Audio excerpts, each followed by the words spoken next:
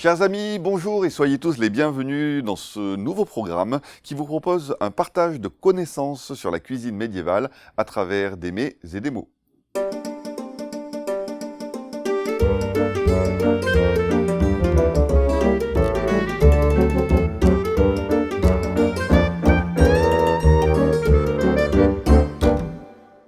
Je suis en compagnie de Bruno Loriot. Bonjour Fabien, bonjour à toutes et à tous. Alors, professeur d'histoire du Moyen-Âge et de l'alimentation, président de l'Institut européen Histoire et Culture de l'alimentation qui nous accueille dans sa bibliothèque et responsable du programme Corema, Corpus des recettes culinaires du Moyen-Âge. Tout à fait. Alors, j'ai la chance d'accueillir le professeur Alban Gauthier. Bonjour.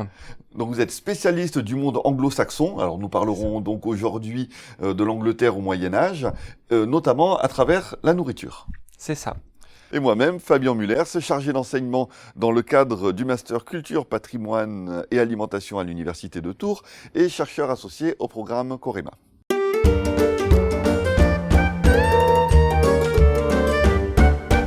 Alors, actualité oblige, nous allons parler aujourd'hui de l'Angleterre. Alors, nous pourrions plaisanter en disant que le Brexit, en définitive, n'est très certainement pas une perte tragique pour la gastronomie. Nous devons aux Anglais des trésors culinaires dont le goût ou la réputation nous font frémir, nous, Français et quelque peu chauvins. Alors je pense au jelly, c'est ça, ou jelly, le Marmite. Yeah. Mais alors plus sérieusement, comment en étant arrivé là, à ce constat un peu dramatique sur la cuisine anglaise qui s'est améliorée, mais cette cuisine par le passé était-elle vraiment si différente de la cuisine française ? Alors, moi, je peux remonter au Moyen-Âge, n'est-ce pas ? Donc, quand on regarde un petit peu les sources dont on dispose pour le Moyen-Âge, c'est-à-dire les livres de cuisine et puis les comptabilités, on s'aperçoit qu'au fond, il y a des points communs dans les cuisines européennes du Moyen-Âge, et puis il y a aussi des différences. Donc, il y a bien un goût anglais, en fait. Ce goût anglais, pour aller assez vite, je pense qu'on remontera tout à l'heure au XIIe siècle, mais pour voir là où il y a le plus de documents, c'est-à-dire au XIVe et au XVe siècle, quand on regarde les livres de cuisine anglais, les recettes anglaises, ce qui frappe, c'est la quantité de sucre. Déjà, les Anglais ont la bouche sucrée. Ça, c'est le point vraiment capital de distinction entre les Anglais et le reste du continent, en tout cas l'outre-Manche avec les Français, quoi. Il y a déjà un peu ça. Donc, un goût du sucré qu'on retrouve dans la cuisine arabe ou dans la cuisine méridionale, peut-être ? Alors, ce goût du sucré, on ne sait pas très bien d'où il vient. C'est vrai que quand on regarde certaines recettes anglaises, les plus précoces, celles du XIIIe siècle, elles ne sont plus les plus précoces parce qu'on a découvert un recueil du XIIe siècle, mais bon, voilà. Donc, si on prend ces recettes, on s'aperçoit que au niveau des titres même, au niveau des ingrédients, on dirait des recettes orientales. Comment sont-elles arrivées là ? Par quels intermédiaires ? Est-ce que c'est par l'intermédiaire de la Sicile normande, comme pensent un certain nombre d'auteurs, mais on n'a pas vraiment de démonstration, ou par d'autres canaux. Les croisades, l'implantation de royaumes latins. Ouais, mais ça concerne pas Orient, spécialement l'Angleterre, franchement, ces royaumes croisés, ça concerne plutôt la France, donc. L'Italie même. Oui, l'Italie. Il n'y a pas eu véritablement d'influence des croisades, même si, là où tu as raison, c'est durant la croisade que le premier contact entre les Occidentaux et le sucre se fait, semble-t-il. Donc les croisés en 1099, 1098, quand ils sont en route pour Jérusalem, ils traversent le Proche-Orient, ils tombent sur les canneraies et ils découvrent le sucre. Peut-on imaginer que quand l'Angleterre a été rattachée à l'Empire angevin, est-ce que ça n'a pas pu développer des ponts entre une cuisine méridionale, avec peut-être une influence ibérique, italienne, et... Alors, moi j'ai l'impression, moi je remonte plus haut, je travaille plutôt sur le début du Moyen-Âge, voilà, la période qui précède l'an 1000, disons, ou du moins qui précède la conquête normande de l'Angleterre. Et j'ai très peu de choses à dire sur le contenu des assiettes. En revanche, quand on regarde les boissons en Angleterre, avant la conquête normande, on constate déjà que le panel de boissons qui est disponible sur les tables des élites au 9e, 10e, 11e siècle contient des boissons douces en plus grande quantité que ce qui est disponible sur les tables des élites du nord de la Gaule, des élites franques, disons. Dans le nord de la Gaule, on boit essentiellement du vin, et probablement, étant donné que c'est du vin local, du vin assez sec et assez peu sucré, alors qu'en Angleterre, on trouve de la bière très maltée et donc assez douce, on trouve de l'hydromel, une boisson à base de miel et donc assez douce, et on trouve une boisson qu'on appelle le béor, qui est une boisson faite à base de baies, à base de fruits fermentés, et qui là aussi est assez douce. Alors il n'y a pas de sucre dedans, au sens où il n'y a pas de produit qui vient de la canne à sucre, hein. Ouais. Mais il y a du fructose, il y a du miel, voilà, il y a déjà, on a l'impression, bien avant la conquête normande, et donc avant que une éventuelle influence dans le cadre d'un empire normand ou d'un empire plantagenet se fasse sentir, on a déjà l'impression que les élites des îles britanniques en général, pas seulement anglaises, mais aussi irlandaises, aussi galloises, ont a sweet tooth, comme La on dit en bouche anglais. sucrée, Voilà, la bouche ils ont sucrée. la Donc bouche on a sucrée. la Voilà. culture de la douceur qui est déjà présente c'est ça. depuis le... Mais dans les recettes médiévales du XIVe et du XVe siècle, ce qui est frappant dans les recettes anglaises, c'est que elles ont des plats, donc ce sont des plats salés, hein, mais dans lesquels on a du sucre, mais on rajoute éventuellement du vin, qui est du vin doux, on rajoute des fruits secs qui sont également sucrés. Vraiment, c'est la recherche de ce goût, hein, et c'est très intéressant ce que dit Alban, le fait que effectivement, finalement, cette bouche sucrée, elle pourrait remonter très haut. Et là, voilà un terrain d'analyse des goûts sur la longue durée qui est fort intéressant. Alors, si l'on s'intéresse à la littérature culinaire du Moyen-Âge, Bruno, tu en as parlé tout à l'heure, il ne faut pas oublier de parler du Diversa Genera Pictaventium Salsamentorum, découvert à Cambridge, porté à notre connaissance par Gilles Gasper et Faith Wallis, donc un recueil de recettes du XIIe siècle. Ben, oui, c'est assez exceptionnel comme objet. Bon, c'est pas un recueil énorme, il y a une douzaine de recettes à peu Quinzaine, près. ouais. Quinzaine, Ouais. voilà, c'est ça. Mais jusqu'ici, les plus anciens recueils de recettes, mais c'est plutôt Bruno qui est spécialiste de cette question, ils dataient de la fin du XIIIe siècle, C'est ça, les c'est plus ça, anciens dont c'est on ça, disposait. c'est ça. En Angleterre ou ailleurs, hein, dans l'Occident latin. Donc, Alors on pourrait discuter, hein, le terme de recueil, c'est effectivement très court, c'est très bref. C'est des recettes qui sont enquistées dans un volume médical. Donc ça vient véritablement d'une perspective à la base médicale. Donc des recettes de sauce, des recettes poitevines. Hein. Oui, alors c'est ça qui est intéressant. Donc diversa genera, etc. Ouais. Ça veut dire diverses sortes de sauces poitevines. Alors il y a deux choses intéressantes. Un, donc outre la date évidemment, et la perspective, qui est celle, je dirais, d'une gastronomie déjà très particulière, d'un point de vue gastronomique, qui privilégie donc les sauces. Les sauces, c'est le moment où s'expriment effectivement les grandes orientations gustatives de l'Occident. C'est là où il y a des différenciations régionales qui sont assez marquées. Et puis, elles sont poitevines. Le Poitou, à l'époque, fait partie des territoires plantagenets, donc sous la domination du roi d'Angleterre. Donc ça, c'est pas un hasard. Il se trouve qu'on a des textes qui nous racontent, par ailleurs, des textes de chroniqueurs qui nous racontent que, les poitevins, en effet, préparent des sauces tout à fait particulières, notamment à base de verjus. Le verjus, c'est ce jus de raisin vert qu'on utilise dans la cuisine médiévale en assez notable quantité, en tout cas fréquence. Et donc, c'est vraiment très intéressant. Toutes ces recettes sont très brèves. Elles utilisent peu d'épices. Enfin, je veux dire, une variété d'épices moindre que plus tard. Donc, ça fait un petit peu plus, disons, archaïque. Il y a du poivre pour l'essentiel, de l'ail, un mélange poivre-ail, qu'on va voir dans les recettes anglaises pendant assez longtemps. C'est très curieux parce qu'aujourd'hui, les Anglais, quand on leur parle d'ail, c'est tout juste s'ils tombent pas évanouis. Mais donc, durant tout le Moyen-Âge, en Angleterre, on mange davantage d'ail, semble-t-il, que sur le continent. Ça qui est intéressant, voilà, entre autres. Selon, durant les croisades, selon Amin Malouf, les Arabes sont offusqués des relents aillés de la Ça laine des m'étonne pas, Francs. ouais. Donc, On a certains textes ouais. là-dessus, en effet, Ouais. oui. Alors, si on poursuit notre voyage à travers les siècles, attardons-nous un peu sur la littérature culinaire anglo-normande. Alors, anglo-normande avec des guillemets. Il s'agit là d'un genre littéraire à part entière, mais est-ce que l'on y trouve des recettes spécifiques à l'Angleterre? Oui, alors anglo-normand, faut pas se tromper, ça veut simplement dire écrit en français en Angleterre.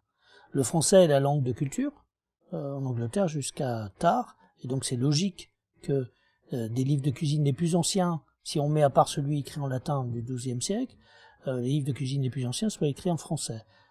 Bon, il y en a pas beaucoup, il y en a que deux, deux manuscrits. Ces deux manuscrits vont être copiés d'ailleurs ensuite en anglais. Il va y avoir une anglicisation de cette littérature. Est-ce que ça veut dire pour autant que c'est de la cuisine française? Non. C'est de la cuisine véritablement anglaise, justement avec une orientation, une bouche sucrée, dont on parlait tout à l'heure. Et ça, c'est spécifiquement anglais, plus l'utilisation de certaines épices. Le massis, c'était l'arri de la noix muscade, plutôt que la noix muscade elle-même, etc. Tout ça fait un goût bien anglais, même s'il y a des points communs avec la cuisine internationale de l'époque. Mais c'est pas parce que c'est anglo-normand, comme on dit, que c'est français, c'est véritablement la cuisine anglaise. D'accord. Et un peu plus tard, au XIVe siècle, on a le form of curry. Donc on a des recettes qui subsistent dans 9 manuscrits, dont 2 que l'on peut faire remonter au cuisinier de Richard II d'Angleterre. Alors, form of curry, c'est vraiment très intéressant. C'est un peu l'équivalent du viandier de Taïwan en France, c'est-à-dire c'est le best-seller. C'est mutatis mutandis, ça pas non plus, c'est pas aussi vendu que les livres de nos grands chefs actuels. Mais c'est tout de même un manuscrit assez répandu, qui effectivement dans certains, enfin un texte assez répandu, qui dans certains manuscrits se réfère à Richard II. Richard II, c'est un roi qui est au pouvoir à la fin du XIVe siècle, qui est en compétition plutôt pacifique avec la France. C'est le moment un peu où la diplomatie l'emporte sur la guerre à l'intérieur de cette grande séquence de la guerre de Cent Ans. Et moi, il me semble que il y a eu une sorte de compétition politique, oui, diplomatique, qui passait par les banquets, qui passait par la cuisine. Ce qui est intéressant, c'est que dans un des manuscrits, en effet, du form of curry, on dit que Richard II était the best viandest, le meilleur viandier. Alors viandier, attention, c'est un terme qui ne veut pas dire nécessairement qu'on mange de la viande, mais qu'on mange ou qu'on fait donner à manger, puisque c'est ça dont il s'agit. Nourricier, est-ce qu'on Voilà, pourrait c'est dire ça, le nourricier, voilà, exactement, le roi Ouais. nourricier. Et ça, c'est quelque chose qui me paraît intéressant dans dans le cadre de cette compétition. La cuisine au Moyen-Âge, ça peut être aussi politique. Alors, Richard II, pour le situer, 1367-1400. Taïwan a écrit son viandier en 1392. Alors, il n'a pas écrit son viandier en 1392. Ouais. Il y a un manuscrit de 1392. Il y a un manuscrit de 1392, ouais. Mais en tout cas, on est vraiment dans cette époque-là. On est dans sa période. Est-ce qu'il y a une compétition, une concurrence à travers le réceptacle culinaire également? C'est ce qui me semble. Il me semble que ça peut être un élément. Et on le voit pas uniquement à travers cet exemple-là. Il y en a bien d'autres. Il y a par exemple Maître Chicard, qui est typiquement un livre politique. C'est-à-dire, il a écrit son livre à la demande du duc de Savoie. Donc dans un but de propagande politique, pour montrer qu'il avait une table excellente. Il venait d'être fait duc de Savoie par l'empereur, et par conséquent, il avait besoin d'affirmer sa légitimité toute nouvelle.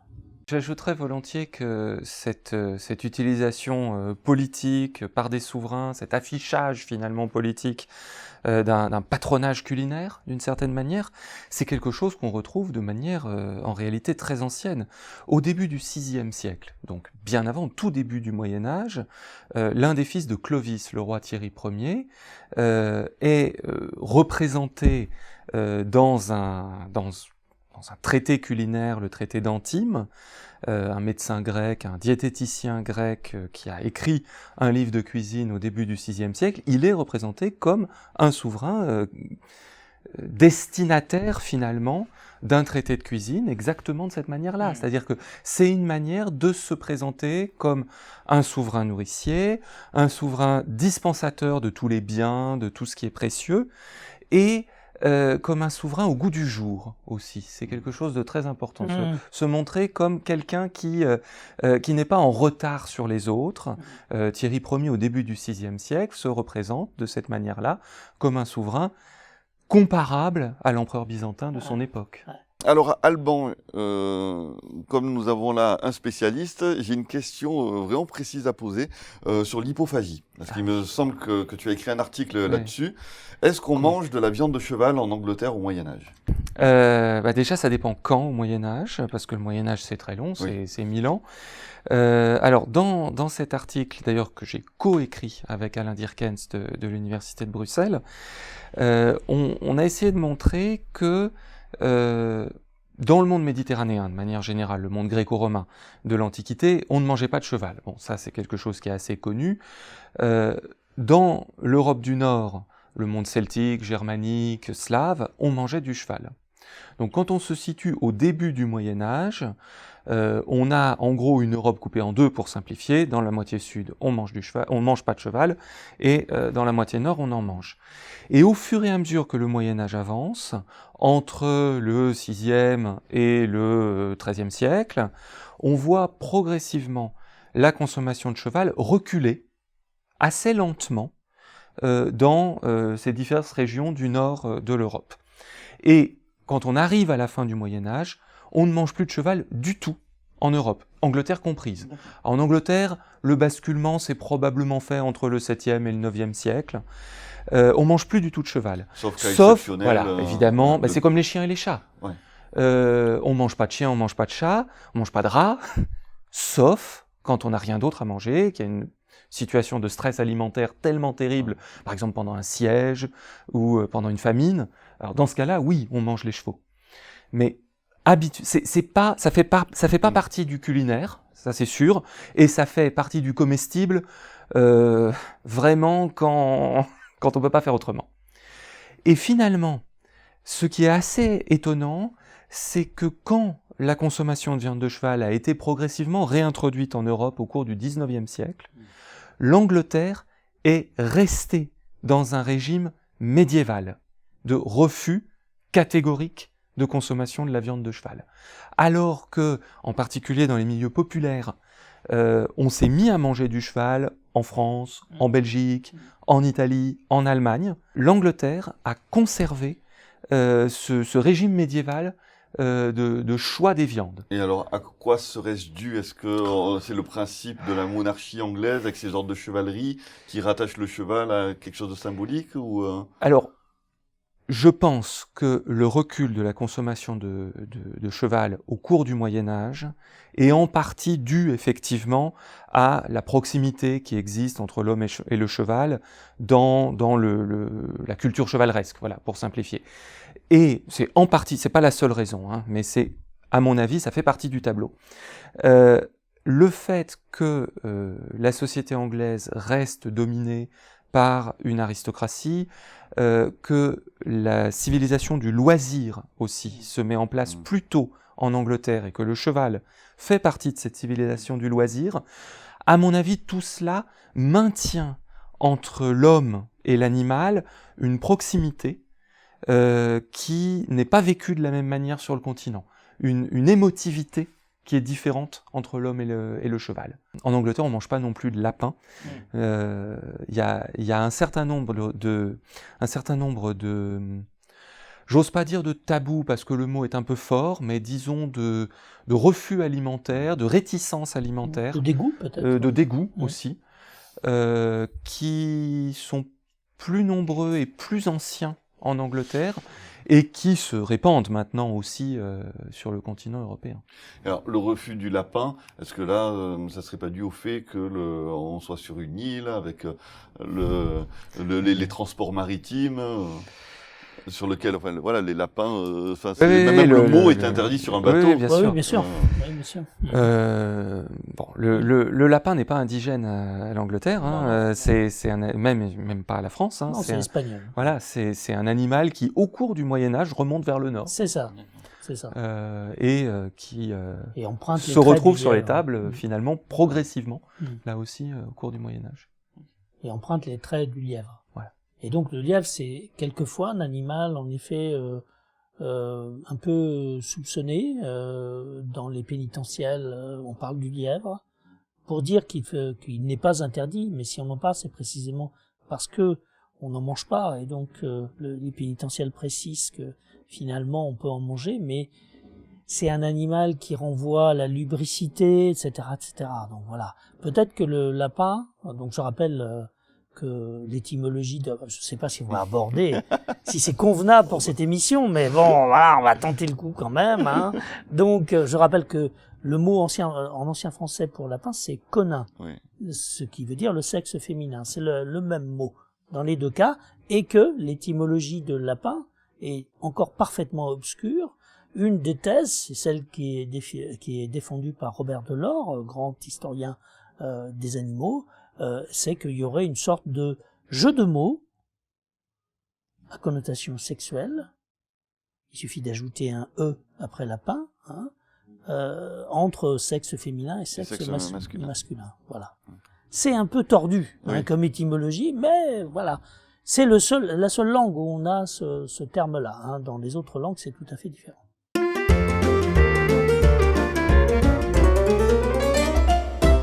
Alors, cher Alban, vous êtes aujourd'hui notre invité parce que vous allez dans quelques minutes faire une communication dans le cadre des Jeudis de Coréma sur les Lichdom. Alors, est-ce que vous pouvez nous en parler en 2 mots ? Les Lichdom sont des textes très curieux. Ce sont des recueils de remèdes, ce sont des recueils médicaux écrits en vieil anglais, qui datent pour l'essentiel du Xe siècle, long Xe siècle, et qui sont constitués de traductions, d'adaptations, mais aussi avec de nombreux ajouts, de nombreux éléments qui sont surajoutés à partir de recueils médicaux en latin de la fin de l'Antiquité, qui ont été traduits en vieil anglais, sans doute pour l'usage des médecins, dans le courant, disons entre la fin du IXe et le début du XIe siècle. Parmi ces textes médicaux, il y a des éléments qui relèvent plutôt de la diététique, et en particulier de la diététique alimentaire, et donc il y a des fragments, des extraits qui s'apparentent à des recettes de cuisine. On y retrouve la théorie des humeurs. Oui, on retrouve la théorie des humeurs, mais vu qu'il ne s'agit pas seulement de traduction, d'adaptation fidèle de textes de la fin de l'Antiquité, on y retrouve aussi des éléments qu'on pourrait appeler folkloriques, des éléments qui reflètent, disons, un savoir pratique propre aux îles britanniques, propre au monde celtique et germanique. Est-ce qu'on peut les comparer aux livres des secrets des siècles qui ont suivi ? Pourquoi pas, oui. En effet, dans les livres de secrets, il y a donc qui se développent à partir de la fin du Moyen-Âge, il y a plutôt des livres, des recettes, qui concernent éventuellement la cuisine, éventuellement d'autres manières d'organiser le monde, je dirais. Par exemple, on a des recettes qui s'apparentent un petit peu à la mécanique, aux arts domestiques, à l'art des surprises, etc., etc. C'est très varié. C'est peut-être moins directement médical que les Lichdom, si je prononce bien le terme. Est-ce que les livres des secrets sont illustrés ? Non, pas nécessairement. D'accord. Il y en a qui le sont. Il y en a, mais c'est pas décisif. Pour l'essentiel, ce sont des livres de recettes. C'est des recettes, vraiment. Parce que les Lichdom peuvent être... Certains sont illustrés. L'herbarium vieil anglais, par exemple, est une liste de plantes, un herbier. Oui. Enfin, un herbier, pas dans le sens où il y a des plantes conservées à l'intérieur, mais c'est un recueil de plantes, de descriptions de plantes. Et là, il y a des illustrations. Voilà. Mais c'est pas systématiquement le cas.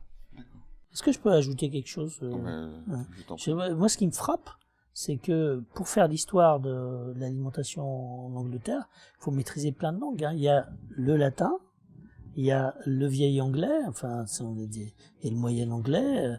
Et Il y a l'anglo-normand, le il y a français. il y a le français. Voilà, Voilà, c'est une langue c'est un pays où il y a eu, c'est même pas une diglossie, c'est une polyglossie de langues différentes qui se sont mêlées et qui rendent évidemment de l'analyse complexe. Sans oublier que pour le Haut Moyen-Âge, il n'est pas inutile d'avoir des notions de langue celtique, le gallois, l'irlandais.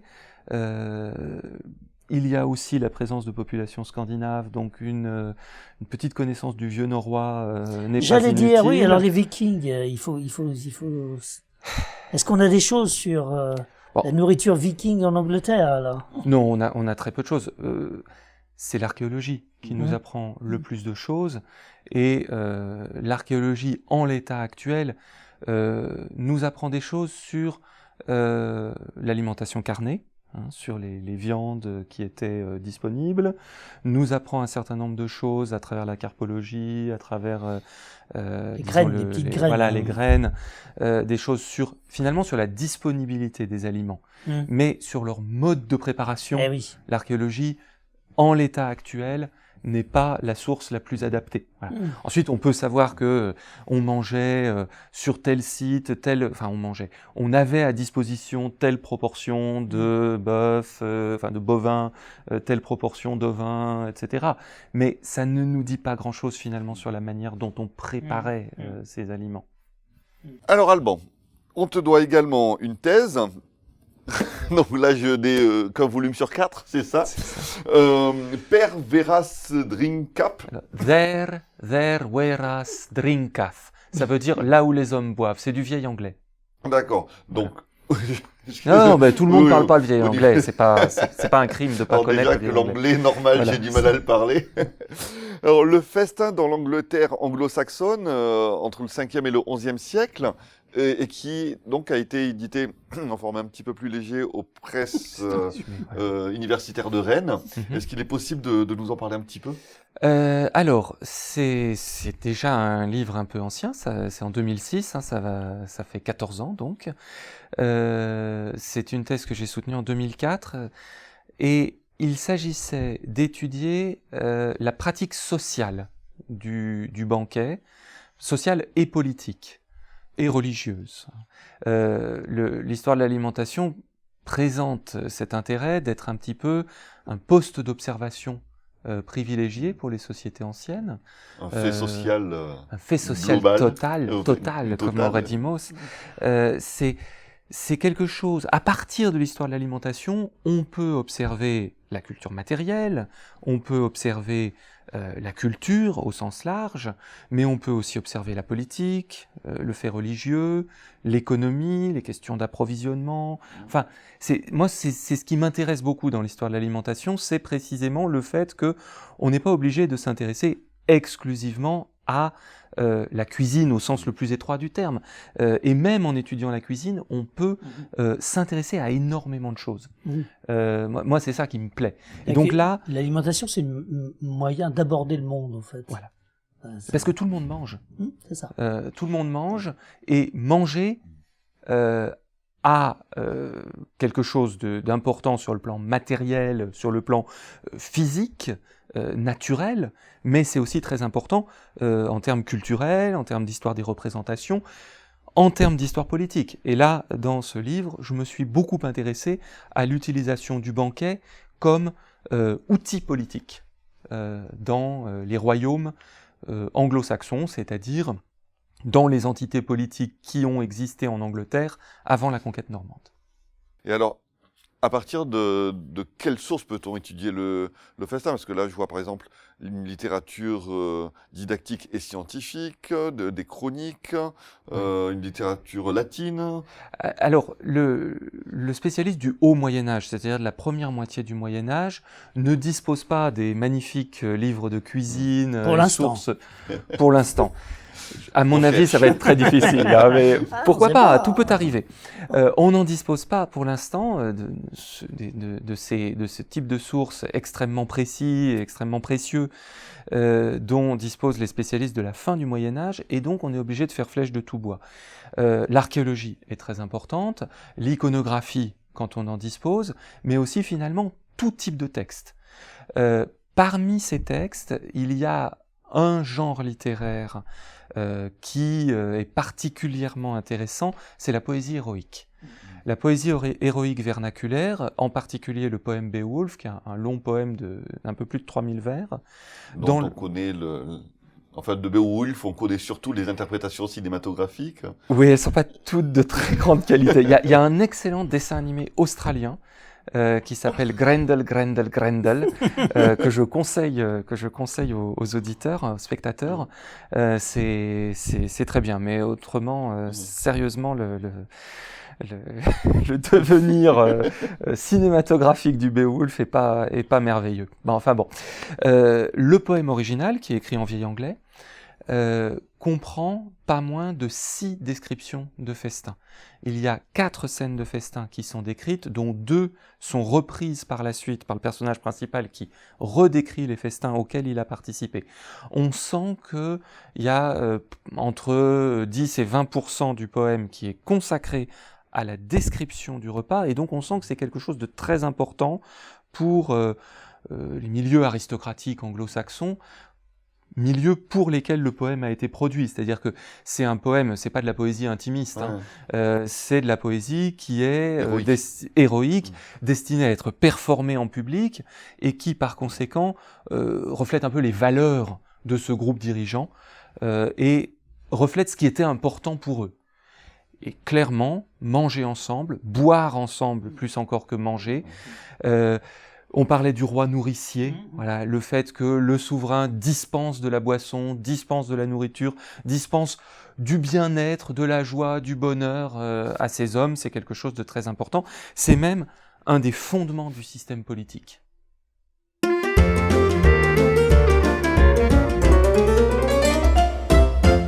Pour rester dans la thématique, je vais vous présenter quelques ouvrages, notamment The English Cookery Book. Bravo. Voilà, merci. Donc, The English Cookery Book, on a différents articles, donc sous la direction de Eileen White, et notamment à l'intérieur, un qui m'a particulièrement intéressé, The Language of Medieval Cookery. Donc, pour ceux qui parlent aussi bien anglais que moi, le langage dans la langue dans la cuisine médiévale, avec notamment tout un glossaire très complet. Donc voilà, un ouvrage que je recommande, The English Cookery Book, et un autre, The Culinary Recipes of Medieval England. Recipes. Recipes. Alors je reprends, The Culinary Recipes of Medieval England. Ouais. Vivement qu'il y ait des livres en allemand, je m'en sortirai mieux. Il y en a. Et donc là, voilà, c'est Constance B. Hayat qui nous a qui a fait un inventaire un petit peu de recettes médiévales à travers de nombreux ouvrages avec des thématiques, The Basic Preparation and Procedure, on a également des potages avec viande, sans viande, donc on a une classification un peu contemporaine des choses. Voilà, je trouve la retranscription de ces recettes intéressante, une belle compilation. On peut reprocher une introduction trop courte et surtout un manque de détails sur les ingrédients. Quand elle nous dit des peas pour les pois ou beans pour les haricots, quel type de pois, quel type de haricots, quand on sait que beaucoup de ces légumes sont endémiques des Amériques, donc on aurait aimé avoir un peu plus de précision. Oui. Ben, Hayat, c'est la grande spécialiste. Elle est décédée. C'était la grande spécialiste de la cuisine anglaise du Moyen-Âge. Donc ça, c'est un livre parmi des dizaines qu'elle a publié, notamment celui-là, Curry on English, autrement dit la cuisine en anglais, enfin on pourrait dire ça comme ça, qui est un recueil des principaux textes, et notamment du Form of Curry, dont on a parlé tout à l'heure. Et c'est une philologue, c'est une spécialiste donc de la langue et de la littérature. Elle s'est intéressée à la cuisine essentiellement à cause des mots qui sont utilisés dans les livres de cuisine, et c'est une vraie question. C'est une question d'ailleurs que je me permets de le dire, nous abordons dans notre programme de recherche Corema, c'est une des questions centrales que nous avons. Et en Angleterre, ce qui est frappant, c'est qu'il y a un grand nombre de livres de cuisine conservés encore du Moyen-Âge, à peu près une soixantaine, et que ça fait longtemps que les érudits s'y intéressent. Par exemple, là, j'ai un livre, alors qui n'est pas dans le commerce, que j'ai acquis d'occasion naguère, qui montre que au XIXe siècle et au début du XXe, on allait copier des livres de cuisine dans les bibliothèques, on les vérifiait sur les manuscrits, on faisait tout un travail encore de recopie, de recompilation face à cette masse de textes. On pourrait se demander pourquoi les Anglais ont tellement conservé leurs livres de cuisine. C'est une vraie question. Il y a souvent des collectionneurs qui sont derrière, depuis très longtemps, en fait, depuis le XVIIe siècle. Et Alban, vous avez Oui, également, alors non, moi j'ai apporté, je suis à l'université de Caen, Oui. et à l'université de Caen, il y a une revue qui s'appelle Kentron, qui est une revue d'histoire et de philologie et de littérature des mondes antiques. Et le dernier numéro de Kentron, donc le numéro 35 en 2019, a un dossier thématique alimentation et identité. C'est les actes en partie d'un colloque qui a eu lieu à Caen il y a un peu plus de 2 ans, dans lequel Bruno avait donné la conférence inaugurale d'ailleurs. Il y a donc une petite dizaine d'articles sur cette thématique alimentation et identité, donc principalement sur le monde antique, puisque c'est l'objet de la revue, mais il y a aussi un article sur le Moyen-Âge que j'ai écrit, et puis un article sur l'ultra contemporain, sur les repas qui sont distribués par des bénévoles aux réfugiés, aux personnes exilées, aux migrants, dans le port de Ouistreham, près de Caen. Ah oui. Voilà, donc une collection d'études sur alimentation et identité dans l'Antiquité, Égypte ancienne, Grèce antique et monde romain. Voilà. Et ça prouve que l'histoire de l'alimentation, c'est pas uniquement ce n'est pas figé. des choses poussiéreuses. Ah non, c'est ouvert aussi sur le monde actuel. Tout à fait. Alors, Alban, on te doit également un ouvrage, Alimentation médiévale au pluriel. Oui. 5e, 16e siècle. Oui. Chez Ellipse. Alors, je tiens beaucoup au pluriel. J'avais beaucoup insisté auprès de l'éditeur pour qu'il y ait ce pluriel. Le Moyen-Âge, je le disais tout à l'heure, ça dure 1000 ans. Au 8e siècle, au 12e siècle, au 15e siècle, l'alimentation est très différente. Par ailleurs, on vient de le voir, en Angleterre, l'alimentation n'est pas la même qu'en Italie, n'est pas la même qu'en France. Selon les groupes sociaux, selon même les temps de l'année ou de la semaine, l'alimentation n'est pas la même. On ne mange pas la même chose le vendredi et le dimanche. Et donc l'alimentation médiévale, en fait, ce sont des alimentations. Très souvent, l'historien du Moyen-Âge, spécialiste de l'alimentation, la première question qu'on lui pose quand il dit « je travaille sur l'alimentation au Moyen-Âge », c'est « alors qu'est-ce qu'on mangeait au Moyen-Âge » C'est impossible de répondre à cette question. On ne peut pas répondre clairement ce qu'on mangeait au Moyen-Âge. Oui, sauf si on a une semaine devant soi. Exactement. Et donc, il y a des alimentations médiévales qui sont extrêmement variables selon les régions, selon les moments du Moyen-Âge, selon les groupes, etc. Et bon, le livre est un manuel, une petite synthèse qui essaye de faire le tour de la question. Une excellente petite synthèse. Et alors, la seule qui aborde l'ensemble. On a un titre assez semblable qui est paru récemment. Oui, alors il y a le livre de Yann Morel, qui est paru chez Gissereau, l'alimentation au Moyen-Âge. Les éditions Gissereau. C'est un bon livre paru chez Gissereau. Ah oui, ce livre-là est excellent. Voilà. Si je peux me permettre, celui-ci, il est à conseiller absolument dans toutes les bibliothèques et ne surtout pas prendre la gastronomie au Moyen-Âge de Sieur Olivier Straeli, où dès la première page, on nous dit oui, au Moyen-Âge, on met des épices pour cacher le goût des viandes avariées. Voilà. Non. Donc, là, c'est le genre de livre, si vous n'avez pas beaucoup de temps, devant vous, en 120 pages, ça fait le tour de la question. C'est bien fait, c'est clair, Voilà, il y a rien à reprocher à ce petit livre très bien fait. Voilà. Alors, Yann Morel, ainsi que Bruno et Alban, tous les trois, vous occupez de la plateforme Ménestrel.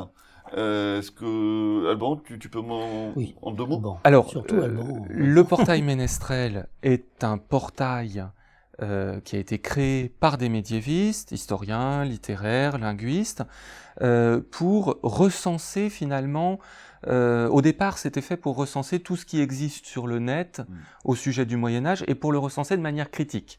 C'est-à-dire que les spécialistes donnent leur avis sur ce qui existe sur le net.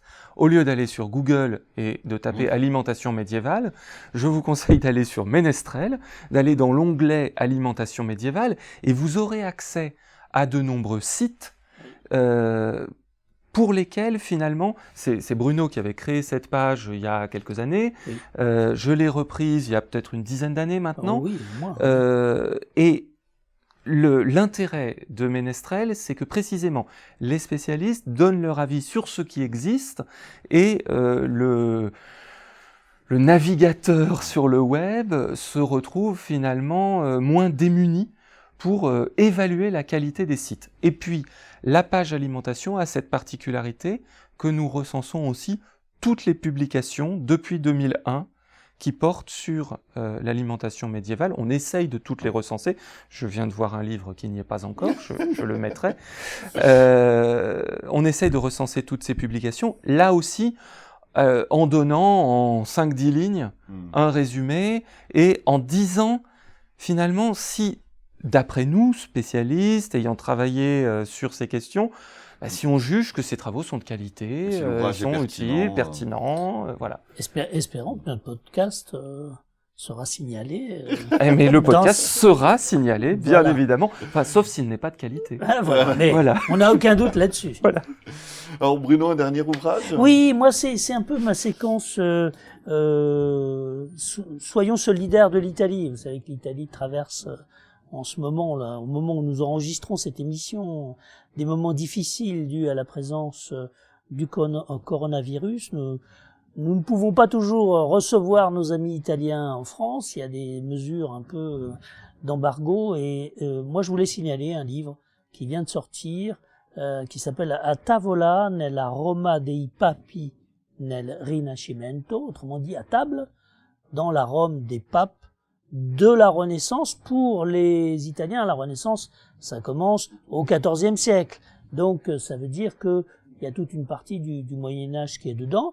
Donc, c'est différents éclairages sur la manière dont on faisait les banquets, sur les livres de cuisine, dans la Rome de la Renaissance, où il y a beaucoup de gens qui sont partie prenante, qui ont écrit des livres de cuisine.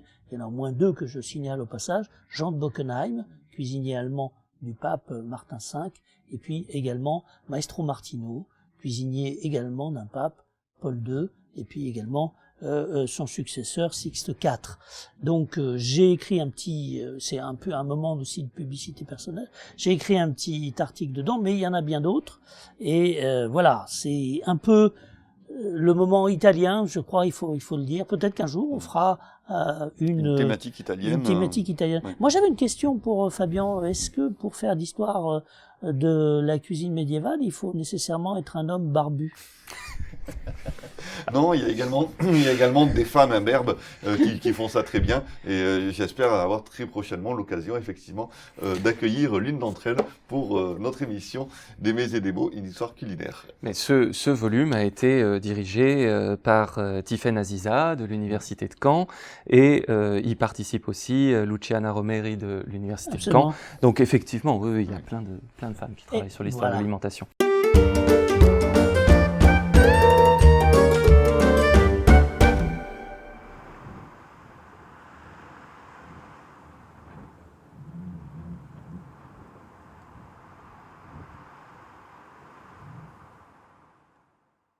Chers amis, voici la fin de notre émission spéciale Angleterre aujourd'hui avec Alban Gauthier.